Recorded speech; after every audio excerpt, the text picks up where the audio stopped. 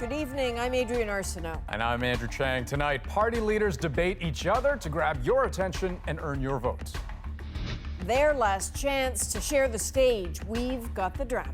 Canada's voice has been very strong on that. Canada's voice has been absent, Mr. Trudeau. You're not stuck with these two.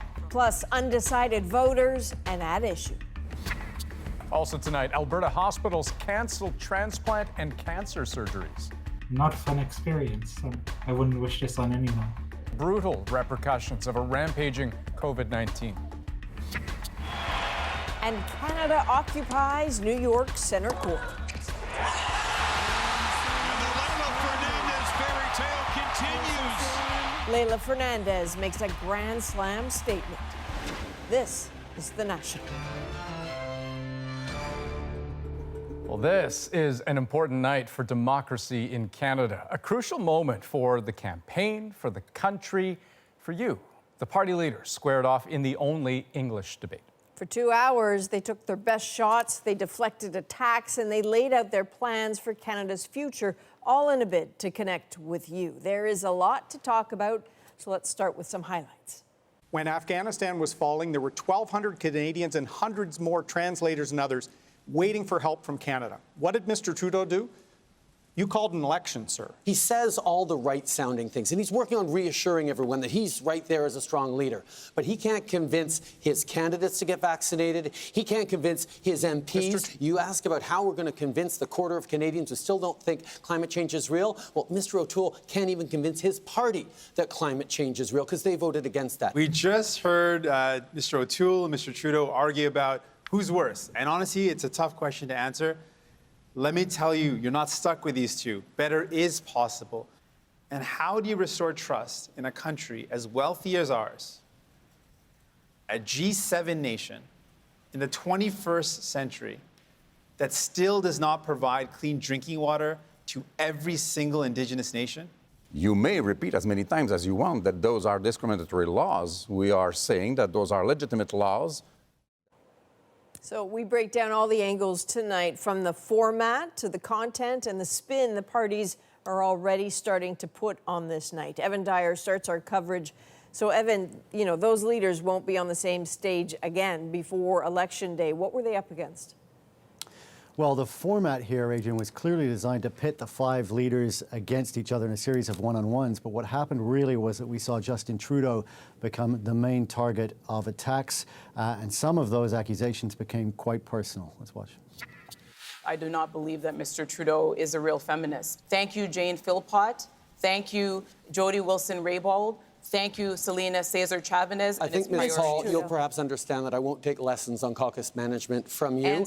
And things also got personal between some of the other leaders when the debate turned to the issue of systemic discrimination. I recognized the existence of systemic racism in June 2020. And then what happened? It became a political tool against Quebec. When I heard what Mr. Blanchette said, I invited Mr. Blanchette to get educated about systemic discrimination. It's nice to want to educate This me. is my time, sir. It is. Thank you. So nice time to insult people. That was not an insult. It was an invitation to educate yourself.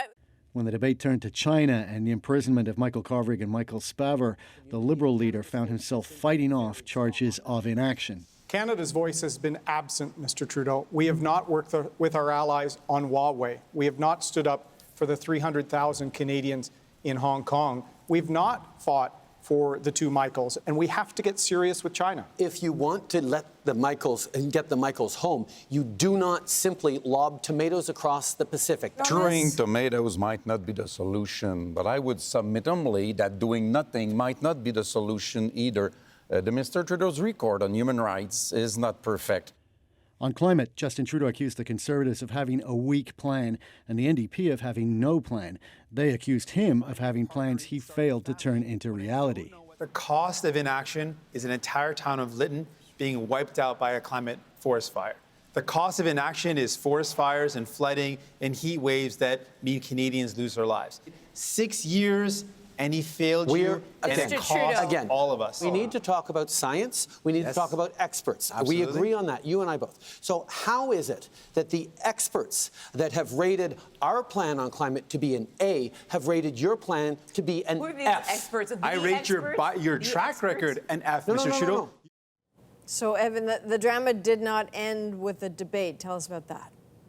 That's right, Adrienne. In fact, those flashes of anger we saw there between Yves-François Blanchet and Annamie Paul continued afterwards in the media scrums, where Yves-François Blanchet essentially said the debate had been a pile-on against Quebec with accusations that Quebec society was xenophobic and racist, and he accused the other leaders of sort of acquiescing in those accusations, particularly Justin Trudeau, who he pointed out had declared himself a proud Quebecer in last night's debate, but he said failed to come to the defense of Quebec in tonight's English language debate. We also saw some comments from other leaders about the format of this debate, Justin Trudeau and Annamie Paul in particular suggesting that they hadn't been able to say everything they wanted to say. All right, Evan Dyer in Ottawa. Thank you, Evan. Thanks. Now, clearly, the party campaigns had definite goals going into this debate, so let's check the score. David Cochrane, also at the Canadian Museum of History in Gatineau. He's been talking to the political parties to see how they're spinning the night. David. Yeah, Andrew, the Conservatives are feeling pretty good about the performance of their leader, Erin O'Toole, tonight. They wanted to score some points against Justin Trudeau and present their plan more clearly to Canadians and show a path out of COVID and into recovery. They felt they were able to land a blow on Justin Trudeau on climate, of all things, by saying that he has ambition but no achievement. And they're quite happy that Mr. O'Toole was able to put affordability at the front and center of this debate tonight, having specific answers on how he'd help low-income people with policies like doubling the workers' benefit. Now, for the Liberals, Justin Trudeau has been facing questions since the start of this campaign about why he called an early election in the middle of a pandemic. He's been trying to make it about the stark contrast between what he calls divisive and dangerous Conservatives on one side and non-detailed and not serious New Democrats on the other side.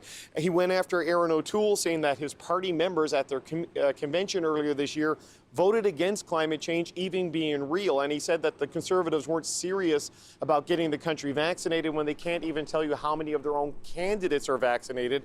And with Jagmeet Singh, it was that exchange we just saw in Evan's piece that he held up the fact that experts say that the Liberal climate plan is the best one on offer in this campaign, saying he got an A while Jagmeet Singh got an F. A sour note of frustration from the Liberals was in an exchange with Erin O'Toole, where he accused Justin Trudeau of having a plan to tax people on the money they make on the sale of their houses. That is not the policy. In the Liberal platform, it says that is only a tax on house flipping designed to target people who juice the real estate market.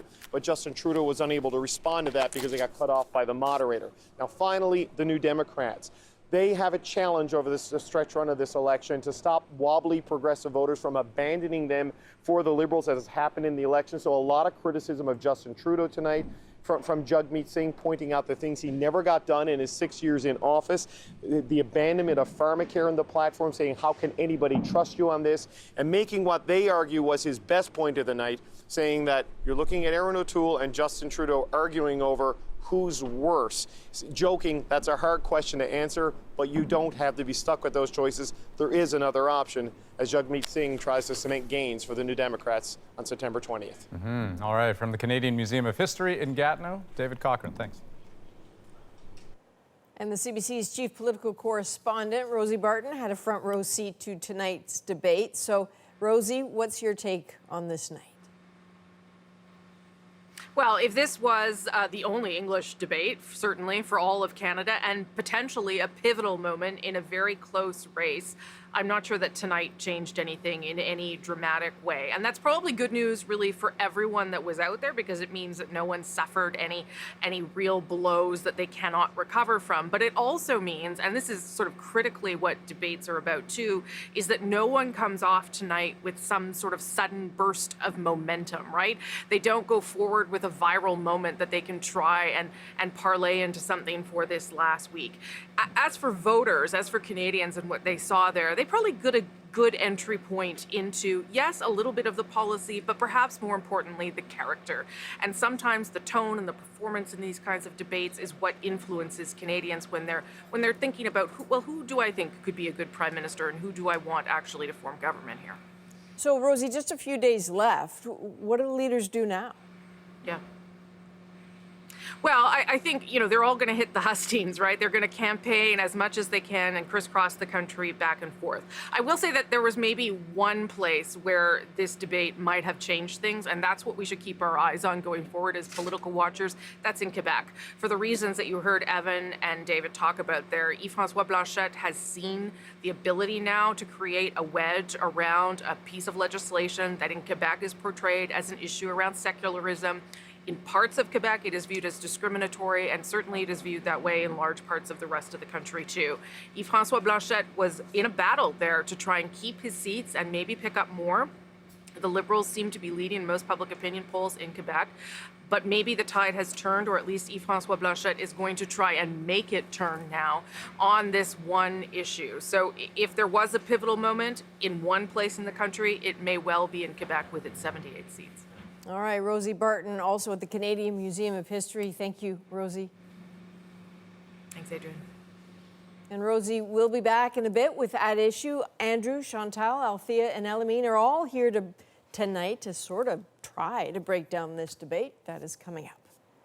And one last note just before the debate got started tonight, all 5 leaders got together for a unified message. A tweet from Jagmeet Singh shows the moment. It was to encourage everyone eligible to get vaccinated.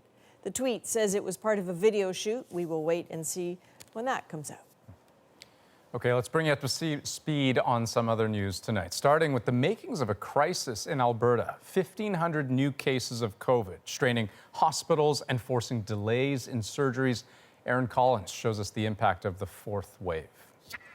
It's been a while since Dave Mathers was able to climb a mountain. The 61-year-old's been waiting 2 years for a new kidney.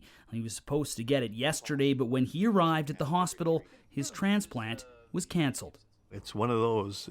They're kind of playing with my life. It's sad, but... Mathers has no new date for his surgery and worries he may have missed his chance. We contacted Alberta Health Services and they say that they're only canceling procedures that aren't critical, urgent, or life-saving. What do you say to that? Well, I mean, what more could be critical or urgent or life-saving than a kidney transplant? I mean, my kidneys do not work. Without dialysis, I die. This is my chance at life. As Alberta's hospitals fill with COVID-19 patients, many surgeries are being put on hold, including 31-year-old Eric Mulders, scheduled to have a cancerous brain tumor removed this week, but no more. I was probably shaking for an hour afterwards, just from the news. It was not a fun experience. I wouldn't wish this on anyone. Most of the COVID patients filling ICUs and disrupting surgeries are unvaccinated, according to this nurse we've agreed not to identify. It's very scary, and it's sad because these people are doing what they can to stay healthy, and unfortunately the actions of others are somehow affecting them. But as hospitals strain under the burden of the 4th wave, the province dithers, unwilling to bring in policies like vaccine passports that could bend the curve. It's difficult for us to say 100% we know that the answer for the next X amount of time is going to be one way or the other. Cases of COVID-19 are projected to keep rising for weeks here, a struggle for healthcare workers weary from months on the front lines, potentially worse for some of their patients. Aaron Collins, CBC News, Calgary. 43 Canadians were among some 200 people on board a flight out of Afghanistan today. I am feeling a bit lighter, easier, because I was extremely heavy in the morning when I had to make a tough decision to leave my family behind. That response from one Afghan Canadian after landing in Qatar. It is the first large-scale departure the new Taliban government has allowed since U.S. troops left last week. Well, Canada's Leylah Fernandez has taken the U.S. Open by storm, toppling highly ranked players one after the other. Tonight, her toughest challenge yet, the 2nd seed, but also the biggest potential reward so far, a place in the final. Thomas Daigle shows us how it ended. It seemed like another impossible feat. Facing the #2 seed at the U.S. Open, Aryna Sabalenka, Leylah Fernandez overcame the odds again. And the Leylah Fernandez fairy tale continues. In one stunning week in New York, the Quebec team beat 3 of tennis's top stars, and now a 4th. I don't know how I got the last point in, but I'm glad it was, and I'm glad that I'm in the finals. The thrilling ride continues for her growing army of fans, including Filipino Canadians, bursting with pride for that rising star with roots in the Philippines and Ecuador. Bring it on and cheer more for Leylah. Go Leylah. Entering the tournament unseeded, she's become a sensation, stopped for selfies and getting plenty of attention south of the border. U.S. tennis pro Sloane Stephens has been cheering her on, with legend Billie Jean King telling Fernandez, dream big and keep going for it. For basketball great Magic Johnson, she's been the most exciting player at the U.S. Open. When she was 10 years old, she had the same drive, she has the same love of the game.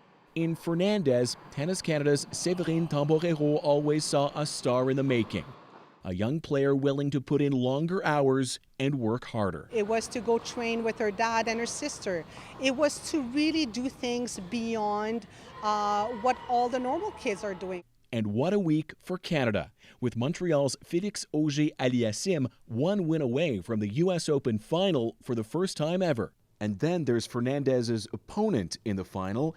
Britain's Emma Raducanu was born in Toronto. It's like a bolt of lightning that no one saw coming. As for Fernandez, it's off to the championship match on Saturday. An unthinkable accomplishment just days ago, and there could be more to come. Thomas Daigle, CBC News, Toronto. We have much more special coverage of a pivotal night in the election campaign. You put your own political interests ahead of the well-being of thousands of people. But I won't take lessons on caucus management from you. You're not stuck with these two. Better is possible. As the leaders go head-to-head, we hear from the Canadians they are fighting for, the undecided voters. Did tonight change anything? And once you decide who to vote for, there's also the question of how you want to cast your ballot during the pandemic. It's going to be one of the most unique elections to date. We'll break down the options. But next, Rosie's here with a debate night at issue. We're back in 2.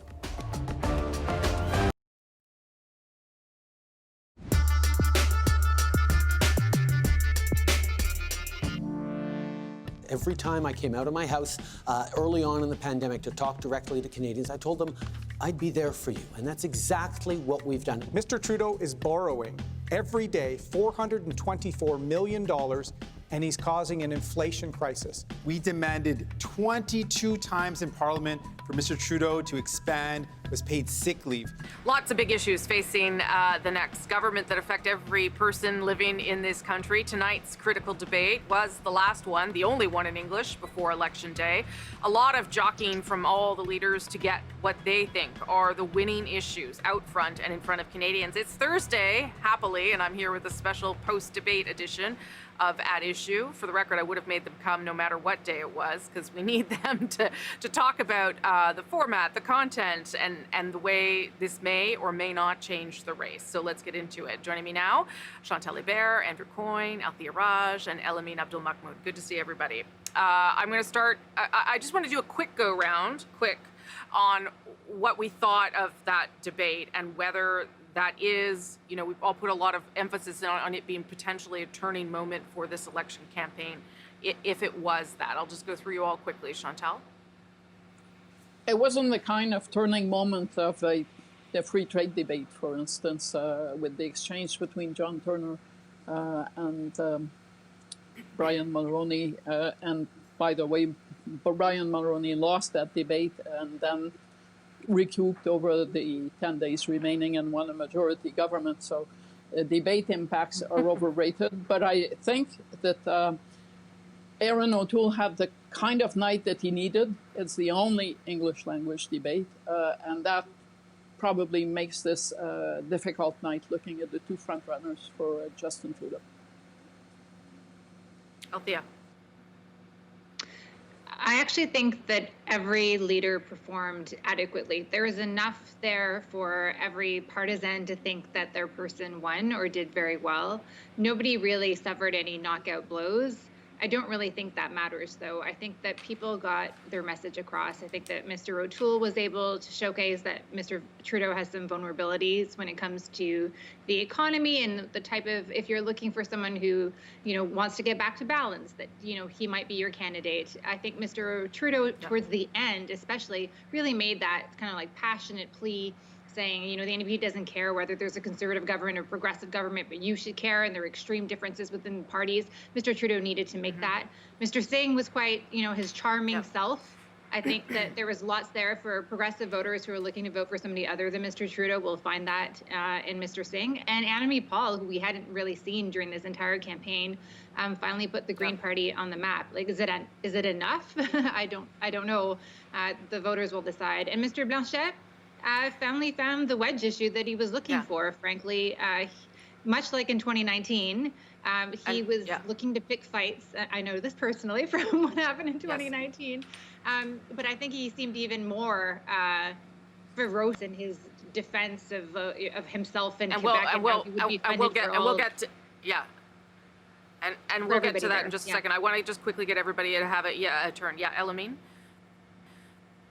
I've seen a lot of Liberal partisans on Twitter who are very thrilled to say that Justin Trudeau won that debate. I don't see where they're drawing the evidence from. The Prime Minister looked uncomfortable on that stage. That format did not work for him. It was a very different energy and vibe compared to, the orientation he was trying to present when he first launched his campaign, on a lot of hope and optimism of like, look, we are going to come through this COVID thing, and then we're going to turn the economy around. That was not there. He was angry. He looked rattled at times. And so to me, he seemed like he was thrown off course. Okay, Andrew.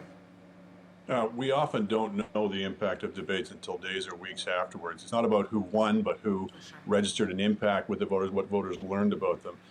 Erin O'Toole had the most to gain in that sense, in that he's still very little known by a lot of the voters, and this was a chance for him to really introduce himself to them. And I think he came across as normal, which is not always the case for Conservative leaders. He was calm, he was unflappable. The Prime Minister, I should say the Liberal leader, Justin Trudeau, was under a great deal more pressure, came under more attacks. And I said at the beginning of this election that the early election call would become the lens through which everything he says or does is viewed. And that's increasingly has proved to be the case. It not only raises questions about his character and judgment, but it's increasingly being used to talk about the incompletes on his report card. Why did you call the election when you still had to do X or Y? And you could see he was rattled by it tonight. And, Marshall McLuhan was right. It's a cool medium. You need to come across calm and still, and he was jumpy and over-caffeinated. Mind you, I was going to play the clip of Mr. Yes, go ahead. Okay. Go ahead, Chantal. Yeah. No, I was just going to say I watched Paul Martin debate against Stephen Harper in 2004, and he was jumpy, Paul Martin. And Stephen Harper was cool and collected. He was rarely jumpy. And a lot of people called the debate for Stephen Harper. But 2 or 3 days later, to Andrew's point, every poll showed that Paul Martin's body language had actually translated into this guy could lose and this other guy could become your prime minister. So it is really hard to just go on the optics of the evening of and say this will turn out well for the person who managed to be calm and collected. Yeah, and I agree with you, Andrew. We usually don't know as we're speaking whether this has much impact, and we'll know maybe a little bit later. I was going to play the clip, but I'm running out of time, so I won't. But Mr. Blanchet was asked a question about Bill 21 and Bill 96, and it was suggested in the question, it was asked in the question, quote, why your party also supports discriminatory laws. Mr. Blanchet has now turned that into a question about the rest of Canada thinking that Quebec is racist. That is not what the question said. But in Quebec, that issue of Bill 21 is viewed through the lens of secularism. So again, a quick go around from everyone on whether this gives him opportunity and changes everything. And again, I'll start with Chantal, then Andrew. Okay, so this is the lead story about the debate on La Presse's front page on the web, Le Devoir's front page, and probably tomorrow all of the Québécois papers in Quebec. So, and it is all about the question. I don't think you can get that much mileage out of it because this was an exchange between a moderator and a participant. It wasn't some other leader, Erin O'Toole or Justin Trudeau, who said that. That being said, it may be bad news for Erin O'Toole because this is a day of good news in Quebec for O'Toole, with François Legault saying he's more my guy than Justin Trudeau.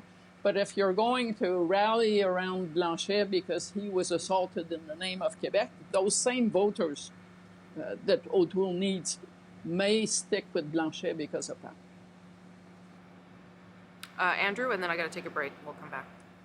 It was certainly working it for all it's worth. You know, if Erin O'Toole or Justin Trudeau were asked about a policy of theirs that was described as discriminatory, they wouldn't be able to fall back on the, oh, you're bashing me, you're bashing my people.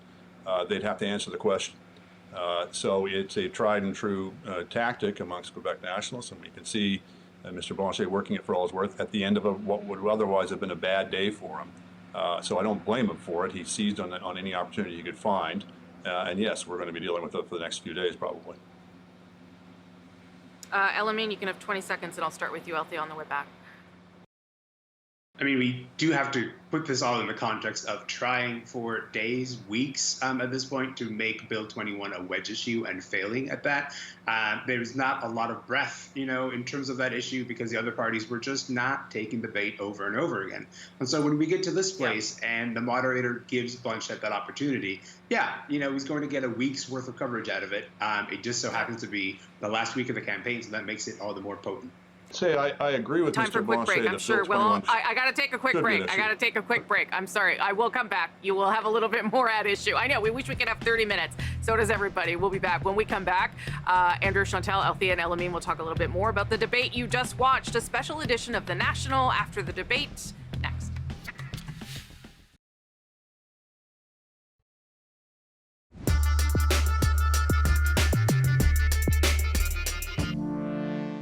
There is a crisis hitting families, and Mr. Trudeau seems completely oblivious to that. Bills are going up. Mr. O'Toole can't even convince his party that climate change is real because they voted against that. A little back and forth there between the two leaders who are neck and neck in the polls. We're back with a special post-debate edition of At Issue with Chantal, Andrew, Althea, and Elamine. Althea, I'll start with you because you didn't get a second chance there in the first round. The exchanges between Erin O'Toole and Justin Trudeau were interesting. I'm not sure that Justin Trudeau was as effective tonight as he was in French in terms of building this closing argument for the Canadian people around Erin O'Toole. What are your thoughts on how he did with that narrative tonight?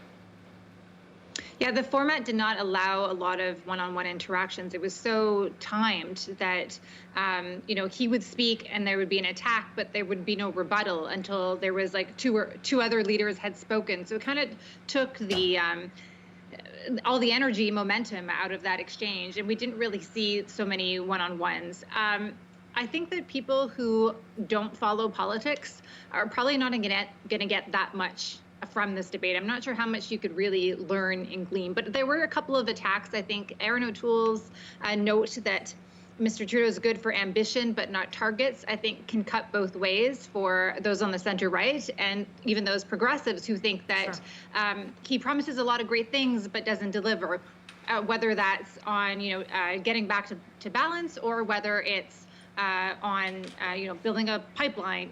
A pipeline expansion, which he has been heavily criticized in progressive circles. So unfortunately, I don't think Mr. Trudeau was able to make the case that he wanted to, that voting for the NDP leader is a risk because it could give you Erin O'Toole. I think that's what he needed to do, and I don't think he made that case. Yeah. Chantal. I think the people who have set up formats like this last night and tonight will need to think long and hard about the fact that what passes for substance are actually attack lines and how that serves the Canadian voter. Because if you look on Twitter, if you listen to what we are saying, we're basically picking good lines. And I'm troubled by the fact that this does not advance in any intelligent way information that voters should have before they make choices. And on that basis, I'm not blaming any leader here, but they may want to think together that they don't want to submit themselves to something that makes them look more stupid than they all are. Yeah, 45 seconds is not a lot of time because I'm making you all do that right now. Elamine, and then a quick last word from Andrew. I mean, I do have to say that they did use those opportunities to sort of at least begin to build up towards those lines. Then you see the other leaders, begin to knock down that momentum. It is theater. It is, pro wrestling. It is not really, serving to the audience who's trying to watch it. I think if you're, waiting until after Labor Day to begin to engage with this election, and this is your first point of engagement, I'm willing to take you out for a pizza, if you made it past the first hour, because it was hard to watch. It was hard to watch, and we are in the business of doing this, and it was still hard to follow this discussion and say, yeah, we're getting something valuable out of this. That was the hardest part of it. You would have missed me if you hadn't hung it past the first hour. Okay, Andrew, you got about 30 seconds there. As bad as the format was, the core of the problem is there's only one debate. And the reason there's only one debate is that the Federal Leaders Commission, having been set up to take it away from the networks, gave it back to the networks. The networks only want to have the one debate. Maybe the parties only want to have but one debate. This should not be allowed. We should have multiple debates. The networks should have to show them as a condition of license. They get to run rather lucrative procedures. In return for that, every 4 years, they should have to give up a few hours of airtime so the public can actually get decent, watchable debates. I gotta go. Remember 2015 where we had like 17 debates? Those were the days. Thank you all. Thank you for staying up late. Thank you for thinking on your feet. I appreciate it. That's that issue for tonight. Chantal, Andrew, Althea, and Elamine. Adrienne and Andrew, back to you in Toronto. Okay, thank you so much, Rosie. Up next, we are going to hear from our undecided voters. Did they hear anything tonight that helped them make a decision? We'll be right back.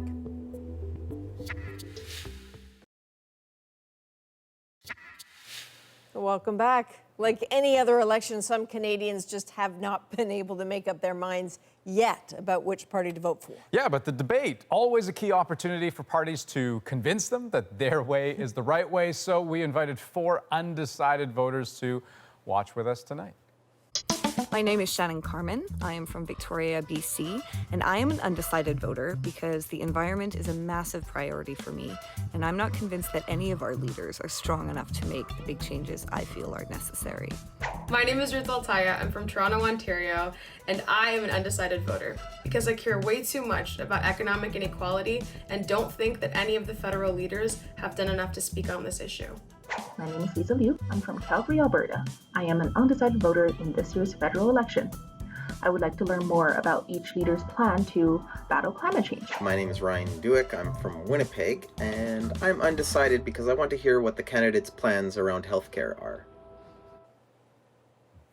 All right, so here they are. Hey there, everybody. Shannon, Lisa, let me guess, we got Ruth and we got Ryan. Thank you for sticking with us tonight. So I know you all voted in 2019. You were able to make the call then. This time, though, it's still a little rough. You're a bit uncertain. You're looking for leadership. So in 15-ish seconds each, can you give us a sense of what's either struck you as a high point or a low point of this debate? Shannon, let's start with you. The Bloc Québécois leader needed to hear a French word in English, and he listened to Trudeau, and it was like this beautiful moment of sort of compatriots talking with each other. I would love to see more of that in the future. Okay, interesting. Lisa? What struck me as a high point was actually the Green Party leader's suggestion for a cross-party climate action task force, which I think is a wonderful idea of, multi-partisanship. Okay. Ruth? Mine is actually going to be the flip of the high points and actually say that there was such a hyper-partisanship that Annemie Paul was talking about that was taking place on stage, people interrupting each other, and it could have been a lot more calm and collective. Yeah, well, certainly my heart was pounding trying to catch up with all of it. I suspect some popcorn was thrown at the screen at times. Ryan, what about for you? A high point or a low point? I guess it was a low point, more of a missed opportunity type point and talking about affordable housing, and there was really no mention of like an unhoused experience of unhoused people. Right. So hey guys, can we go through maybe issue by issue on a few counts? And speaking of popcorn throwing against the screen, I think it was during the climate change part of the debate. There are a lot of fingers being pointed, a lot of fists in the air among you guys. Shannon, maybe I could start with you. I mean, if I'm not mistaken, you voted Green in the last election, right? And so I'm wondering, from your take on this, I mean, did you see something from any of the leaders, but including Annamie Paul, on, energy or carbon targets, green energy? What did you hear that you liked? Well, yeah, I mean, I love the fact that the environment was such a massive part of it. It was the first thing that they talked about compared to previous years. I love that Annamie Paul was talking about how essential nonpartisan approaches are, coming at it like COVID.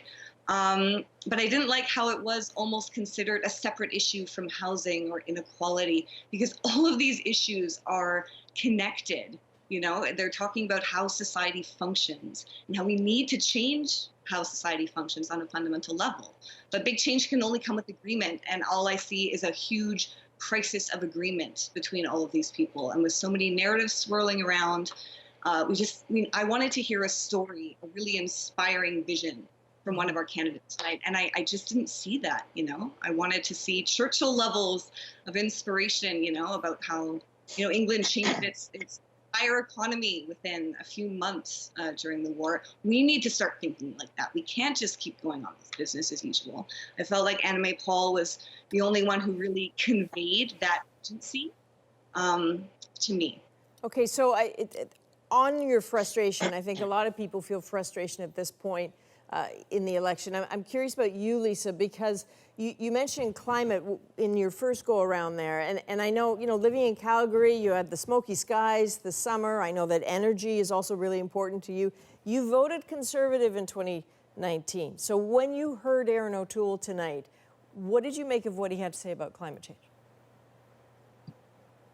So my main takeaway, I think, between 2019 and now is seeing all of the physical weather pattern changes. I think I'm getting more of a sense of the urgency of climate change. So the issue has definitely become more important in my mind.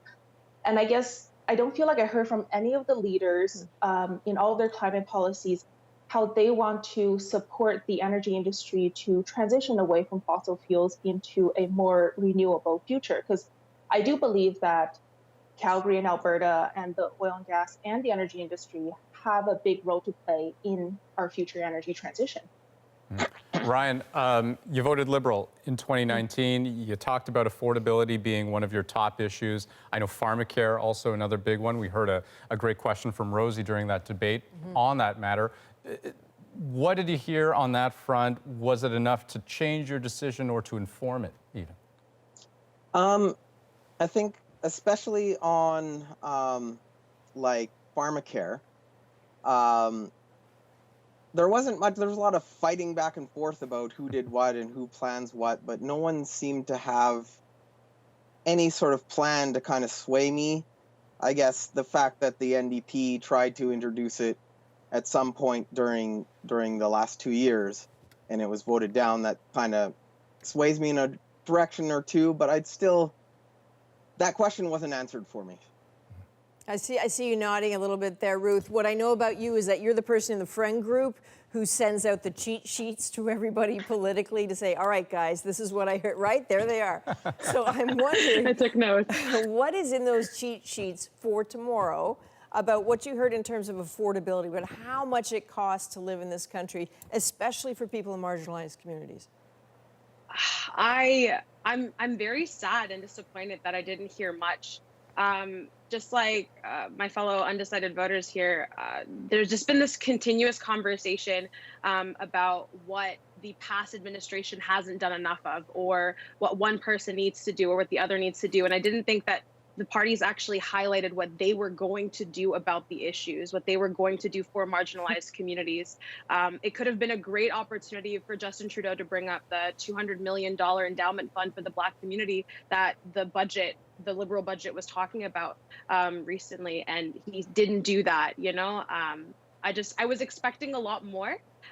So not much gotten from this debate, just a little bit of inner fighting, but hopefully I get to do some more research and see what I can give to my friends. Well, so maybe this is the point that we ought to end on, right? Because we heard from the At Issue panel that one of their big criticisms of this debate was the very one that you folks are raising here, that it wasn't easy to get substance out of it. So maybe if we can kind of go down the line here. I mean, I see you all shaking your heads, or nodding your heads rather, but are you any closer to moving out of that undecided camp and into a zone where you can kind of confidently make a decision? Shannon, maybe we can start with you. Yeah, I mean, I felt the same as everybody else. I wished that I could have seen some of them saying, hey, here, you guys did this, you know, the Liberals did this. I liked how you did that for childcare. I would do it this way for this reason. You know, like that constructive criticism rather than just this gotcha stuff. It just seems so childish. So I mean, I would really love to just see them getting together to talk like adults. I don't know which one. I don't think I got anything from this other than the Green Party leader, I feel, is the strongest, and her party is in the worst. Okay, and just like the debate, we have 5 seconds left for everybody. Still undecided or getting closer? Start with you, Lisa. Still undecided. My only takeaway from the evening was it was a lot of fun to watch the debate with the rest of this panel. Okay, very quickly. Ruth? Still undecided, moving towards probably one. I'm moving a little bit, but still a little bit undecided, yeah. Yes or no? Undecided, Ryan? A little undecided, but I've moved a little bit towards an answer. All right. Shannon, Lisa, Ruth, Ryan, pleasure to have you with us. Thank you so much. Thank you. Thank you. So a lot of Canadians may be rethinking how they vote during a pandemic. So next, we will take you through all the ways you can cast your ballot if you'd like to avoid the lines on Election Day. Yes, you are watching a special edition of The National after the debate.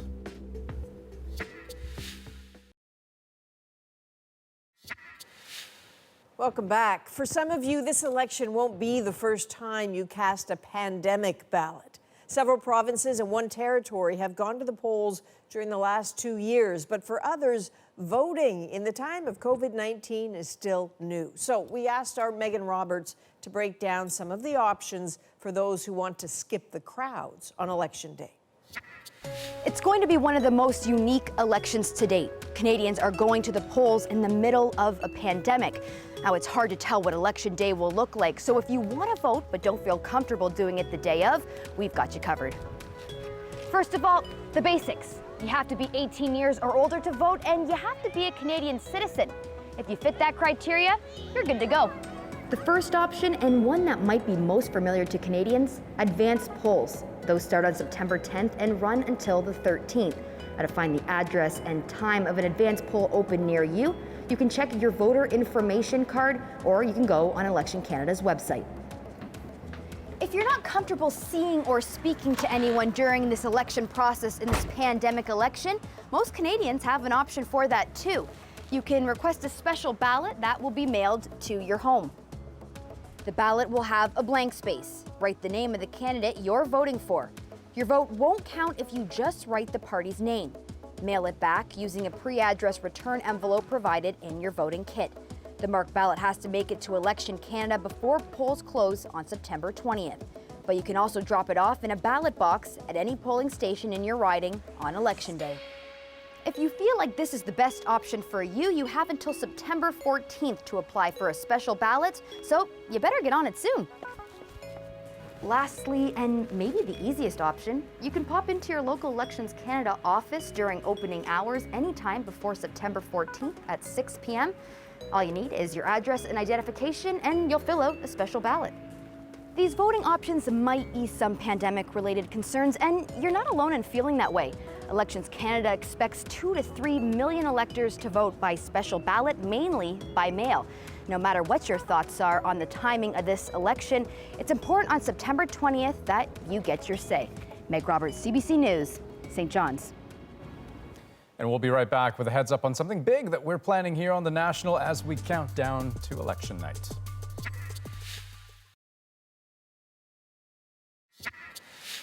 Welcome back. Before we let you go for the evening, we want to let you know about something special that we're doing starting this weekend.